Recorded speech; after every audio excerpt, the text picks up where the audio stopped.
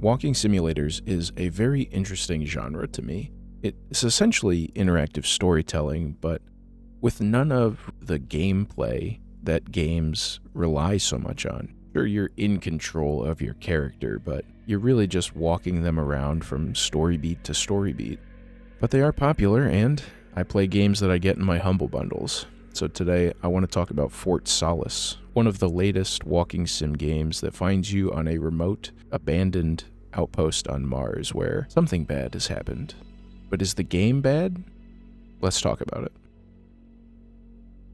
Fort Solis doesn't really do too much new. It's a pretty standard narrative. You are a guy working on an outpost in Mars when you get a distress call from a nearby outpost, Fort Solis.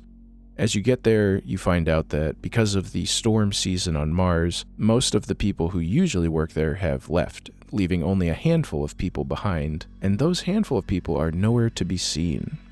What could possibly have happened?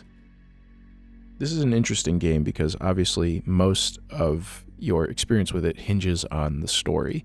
There's not really any meaningful gameplay, so to speak. The closest thing to a puzzle is maybe there's a locked safe, and you have to use the computer that's literally right next to the safe to find the note or whatever that the person had to get the code to unlock the safe. On top of that, this seems to be a very indie game. I played with mouse and keyboard, which is probably my mistake, but the controls are pretty janky. It could be really hard at times to maneuver my character, and even little things like the walk faster animation is literally just the walking animation sped up like 2 times. It kind of looks ridiculous. It really took me out of the game, especially in the early parts when I wasn't really used to it. There is the occasional, I don't even want to call it a quick time event, but sometimes you'll have to push specific buttons to do things. But again, these almost get in the way. I feel like if you're really just going to go the walking simulator route, stop clogging it with half-baked gameplay. I'm not sure why they did that. I guess you feel like you gotta have some kind of interaction.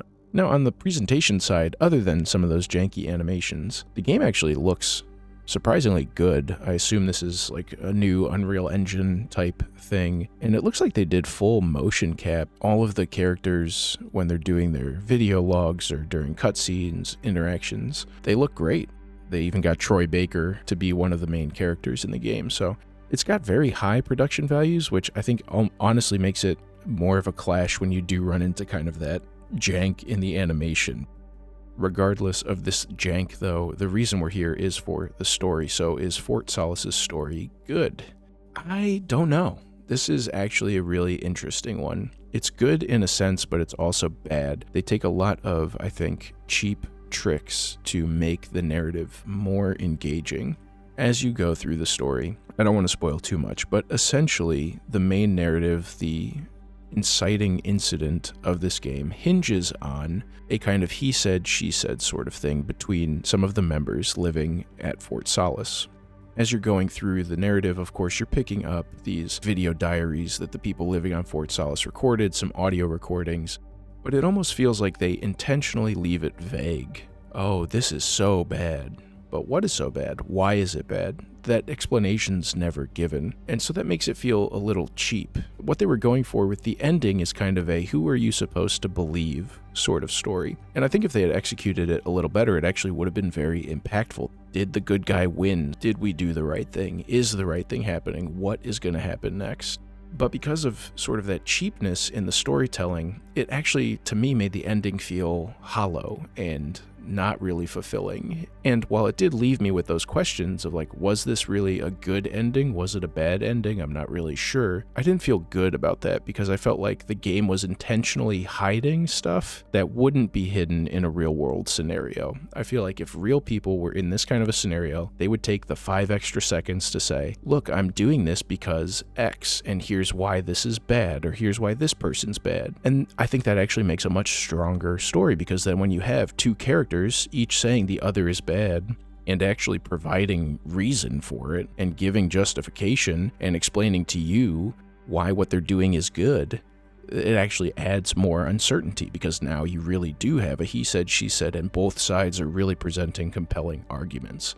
Here, however, they just kind of stopped at that person's bad. I'm not going to tell you why, but that person's bad and I'm good. And then the other person says like, no, that person's bad, I'm good, you have to trust me, kind of a thing. The game is very short, but also not paced that well. The game starts with a slow burn, but that slow burn ends pretty abruptly, and then it turns out that that's about halfway through the game. So the last half of the game should really be the third act, but because it takes up almost a full 2 hours of the game's 4-hour or so runtime, it just starts dragging by the end, especially because there isn't enough of those revelations that are actually meaningful to adding more to the mystery or adding more to the story. I think they could have either let the first half of the game drag out a little more, give you a little more clues before it kind of all comes to a head, and then shorten the falling action section. I think that would have really made it have more impact in the story, and by giving just a little more information to some of the motivations and evidence to justify some of the characters' actions, I think really would have gone a long way. As it is, this is kind of a hard game to recommend. I'm not necessarily upset that I played it, but if I didn't get it in a humble monthly bundle, if I bought just this game just to play this game, I do think I would walk away feeling pretty disappointed. It's not really that great of a story. It's got some good production value, it has some good moments, there's a lot of good there, there's a definite solid foundation. They just didn't build the nicest house on top of it. So you leave the game with this feeling of unrealized potential. What do you think? Have you played Fort Solis? Is this a great story? Do I misunderstand it? Let me know in the comments down below. What are some of your favorite walking simulator, story-driven, narrative-driven games? Did you like the video? Then maybe like the video so that YouTube knows you liked it. Consider sharing it, subscribing to the channel, and I will see you all in the next video.